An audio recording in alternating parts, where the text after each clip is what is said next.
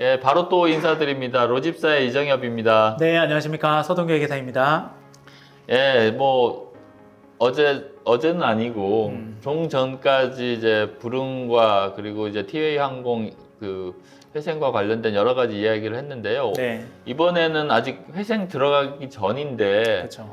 시장에서 그 외부 자금 수혈 없이는 이제 살아날 수 없다라고 지금 판단돼서 하여튼 외부 투자자라든지 인수자를 지금 구하고 있는 네. 회사. 근데 이제 더 이상 인수자도 사실 좀 구하기 힘들어서 아마 회생 절차에 곧 갈 수밖에 없다고 저희 로집사 회생팀에서 판단하고 있는 회사. 네. 그 회사에 대해서 오늘 좀 얘기를 해보도록 하겠습니다. 네, 뭐 아직 회사가 의사결정을 한 건 아니고 그냥 저희는 저희 생각이죠? 네, 저희의 생각이고 저희가 이제 뭐 여러 가지 공시된 자료나 이런 거를 봤을 때 그리고 지금 시장의 기사들을 봤을 때 이 회사는 앞으로 어떻게 해야 될까를 좀 생각해보는 뭐 이런 시나리오로 보시면 될 것 같아요. 예, 저희가 그 왓차의 박태원 대표님 입장에서 생각해 볼 때 그렇죠. 과연 여기 이제 그 왓차의 멤버들이 되게 뛰어난 멤버라고 많이 생각을 했었거든요. 네, 저희가 네, 네. 볼 때도. 그리고 그 넷플릭스에 없는 좋은 여러 가지 컨텐츠들도 많아서 그렇죠.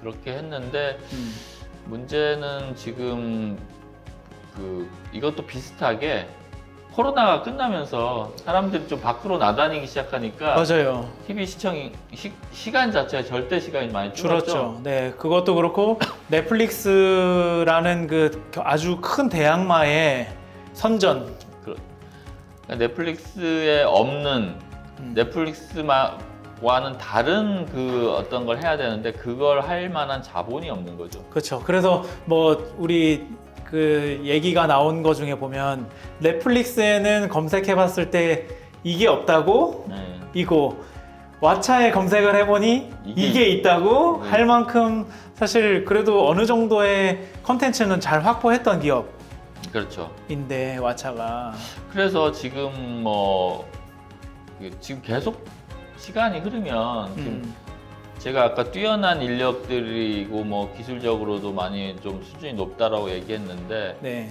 그 뛰어난 인력들은 사실은 뛰어나다는 게 시장에서 알려져 있기 때문에 어디든지 바로 그렇죠. 갈 수 있거든요. 금방 유출되죠. 네, 네, 그래서 네. 많이 떠난다고 하고 있는데 그러니까요. 그게 사실 기업 가치에 큰 영향을 주고 그러니까 실리콘밸리 같은 기업 같은 경우는 그 엔지니어나 뛰어난 분 한 명당 얼마 이렇게 해가지고 그냥 사거든요. 네.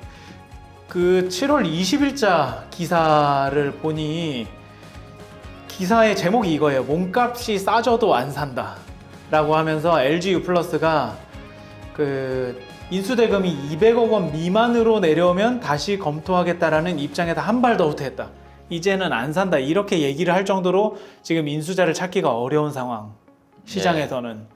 그러니까 저는 이제 한국에 생각해보세요. K-팝, 웹툰, 그렇죠. K-드라마 그렇죠. 컨텐츠는 지금 컨텐츠 굉장히 되게 좋은데. 좋죠. 근데 이제 이 컨텐츠가 어디에 올라가느냐. 그러니까 드라마 같은 경우는 지금 다 넷플릭스로 가려고 하거든요. 맞아요. 글로벌 배급망이 있기 때문에. 그렇죠. 그래서 사실 티빙이나 웨이브 그다음에 왓챠 같은 게 문제가 되는 거는 글로벌 배급망이 없어서 그렇죠. 그 스튜디오들이 거기 안 가려고 그래요. 맞아요.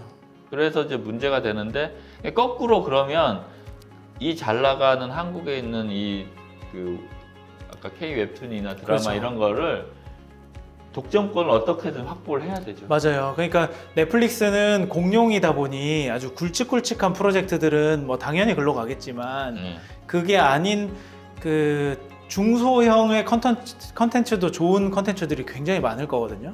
맞습니다. 그래서 어차피 그 2위까지는 원래 살아남거든요. 그렇죠. 지금 2위까지 살아남는데 지금 넷플릭스만 있으면 사실 저는 넷플릭스만 저기 보는 거는 별로 볼 게 없거든요. 그렇죠. 뭐 지상파도 있고 예.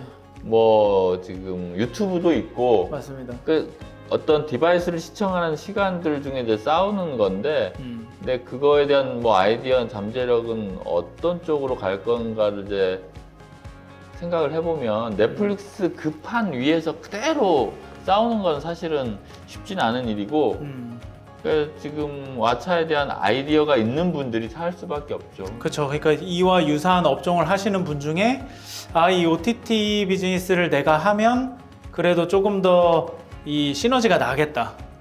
이런 분들이 좀 검토를 뭐 해보실 수 있을 것 같아요. 그러니까 지금 회생도 만약에 안 된다고 하면 아무도 안 산다고 하면 파산으로 갈 수밖에 없는데 그럼 진짜 영 되는 건데. 파산으로 가면 팔 수 있는 게 뭐 지금 없어요. IP도 지금 150억 잡혀 있는데 그 전부 IP는 아니죠 또. 뭐 예, 아마 예. 개발비를 뭐 다 많이 들어가실 무형자산으로 거고. 잡았을 것 같은데 네.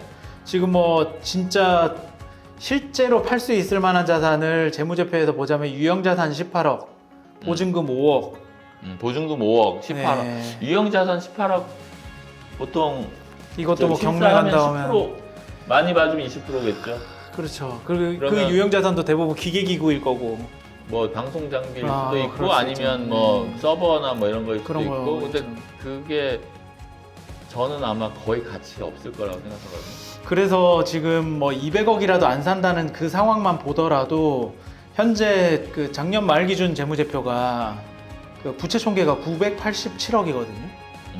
그러니까 이 금액을 200억에 인수해도 답이 없는 상황이기 때문에 저희가 보기에는 회생 절차를 통한 M&A를 한다면 인수자한테도 가장 큰 메리트가 있는 그런 상황이고 매도자 입장에서도 부채를 정리할 수 있는 기회가 된다. 이렇게 좀 보고 있는 거거든요. 여기 투자한 VC들은 곡소리 나겠네요. 곡소리 나죠. 지금도 제가 봤을 때는 거의 손실은 뭐 피할 수 없다. 그래도 네. 어떤 법적 절차 내에서 그렇죠. 어떤 뭐 여러 가지 뭐 그게 없이 그 공정하게 이렇게 처리되는 과정이 되게 중요하고 맞습니다. 그리고 그 처리되는 시간을 벌어야 이제 그 강제 집행이라든지 이제 보전 처분이 그 강제 집행을 못하게 하고 보전 처분이 내려진 상태에서 인수자를 찾는 게 그렇죠. 그리고 회생 절차를 잘 모르기 때문에 빚이 그렇게 많으면 어떻게 사 이렇게 하는데 맞습니다. 사실 빚은 생각 안 하셔도 됩니다. 그러니까 인수대금으로 부채를 모두 다 정리하는 그런 구조라고 보시는 게 맞고 거기에 추가적으로 그 회사를 인수하면서 지금까지 생겼던 그 결손금도 활용할 수 있다. 네, 그렇죠. 네, 이런 이제 좀 장점이 있거든요. 결손금 어느 정도 되죠? 결손금이 이거 이제 그러니까 회계상으랑 세무상으로 완전 일치하진 않지만 지금 재무제표상으로 2,387억, 한 2,400억 원 정도의 결손금이 있고 법인세율 20%의 효과를 보자면 사실 한 이 결손금의 법인세 절감 효과만 한 500억 되는 거예요. 그렇죠. 네. 사실 제가 사건 한 것 중에 되게 특이한 사건이 있었는데 네. 뭐 전혀 무관한 그 기업을 시행사에서 사더라고요. 살려고 하더라고요. 네. 산 이유가 이제 뭐 명백히 드러나지는 않지만 결손금이 뭐 1,000억 이상 돼 있어가지고 그 시행 이익을 그 결손 처리를 해가지고 이제 시행하고 전혀 무관한 사업에 시행 사업을 추가해가지고 결손 처리를 하려고 했던 시도가 있었습니다. 물론 이제 뭐 그 결손 처리를 결손금을 잘 활용하기 위해서 여러 가지 제약들이 있거든요. 그래서 그거는 이제 인수하시는 쪽에 조금 더 이제 검토를 하셔야 되겠지만 그래도 결손금도 사용할 수 있는 기회가 있고 그 다음에 지금 여러 가지 잡혀 있는 무형자산들 뭐 한 150억 원 정도의 무형자산이 잡혀 있고 총자산이 재무제표 기준으로 한 390억 정도 잡혀 있는데 인수대금은 그거보다 훨씬 저렴한. 네. 그리고 그 왓챠를 보는 사람들, 왓챠에서 봤던 사람들은 계속해서 어떤 채널로 그 왓챠를 보는 조건으로 어떤 채널로 변신하면 그렇죠. 그 시간을 계속 그 지금의 고객들을 계속해서 가지고 갈 수 있는지 좀 검토가 필요한 상황입니다. 네. 그래서 뭐 하여튼 시도하지 않으면 새로운 건 나타나기 어렵잖아요. 그러면은 만약에 이게 뭐 관심 있다 이러면은 절차가 어떻게 진행될 수 있을까요? 물론 뭐 확정적이진 않겠지만. 뭐 일단 회생 절차가 지금 아직 안 들어갔기 때문에 회생 절차에 이제 들어가야 되는데 그죠. 회생 절차 들어가는 방법은 뭐 회사에서 우리가 강제 집행 때문에 이제 영업이 어렵고 하니까 회생을 통해서 회생해 보겠다라고 할 수도 있고. 이사회 결의를 해서 할 수도 있고 채권자들이 또 할 수도 있거든요. 채권자들이 그냥 뭐 민사소송을 통해서 채권 회수가 어렵기 때문에 그리고 먼저 가져가는 경우에 여러 가지 그 채권자들 사이에 불평등이 생길 수 있으니까 결국은 이제 그걸 일률적으로 해결하기 위해서 뭐 채무자 그 회생 제도가 있는 거거든요. 그래서 회생 채권자들이 회생을 넣으면 마찬가지로 그 채권 조사를 거치고 또 이런 경우는 인수를 그러니까 외부 자금 부채 탕감만으로는 이게 회생이 어려울 거라고 판단하고 있어서 일부는 또 운전자금의 투자를 어떻게 네, 할지. 그 외부 자금 수여를 이제 아마 회생법원에서 받으려고 할 텐데 그 솔직히 그 지금 인수를 꺼려하는 사람들과 비슷한 생각을 회생법원도 하고 있거든요. 그러니까 무슨 얘기냐? 그 사회적인 어떤 자본이 계속 들어가서 계속 소실되는, 그러니까 소위 말하는 좀비 기업의 자본을 계속 밀어줄 수는 없기 때문에 그렇죠. 이 여기가 돈을 좀 어느 정도 이렇게 해서 운전자금을 하면 더 많은 가치를 사회에 되돌려줄 수 있을 거라고 생각하는 경우에 사실 회생제도가 의미가 있는 것이고 네네. 그래서 그런 기업을 저희가 찾는 게 되게 중요하죠. 그렇죠. 그래서 그러니까 시너지가 잘 날 수 있는 어떤 인수회사가 있다면 이 회생 절차도 더 빠르게 진행될 수 있고 회사나 채권자들도 진행해보자. 채권 회수 일부라도 할 수 있으니까. 그러니까 저는 이제 아쉬운 게 이제 회생법원에 있을 때마다 항상 느끼는 게 그 인수자 찾는 시장이 너무 비효율적이고. 그러니까 지금 같은 IT 시대에 너무 뒤떨어져 있다. 그렇죠. 그냥 아름아름으로 막 뭐 네. 이렇게 찾고 있고. 제가 중국에 있는 엄청 부자예요. 뭐 한국에서 뭔가 사업하고 싶은데 네네네. 뭐 어떤 거를 사기를 안 당하고 살 수 있는가? 그렇죠. 그러니까 조금 비싸게 사는 것까지는 괜찮고 뭐 이게 사기를 어떻게 안 당할 수 있나? 이렇게 생각하면 회생 절차에 들어가서 하면 사기는 확실히 안 당하죠. 아니죠. 그렇죠. 그래서- 공정한 절차를 하니까.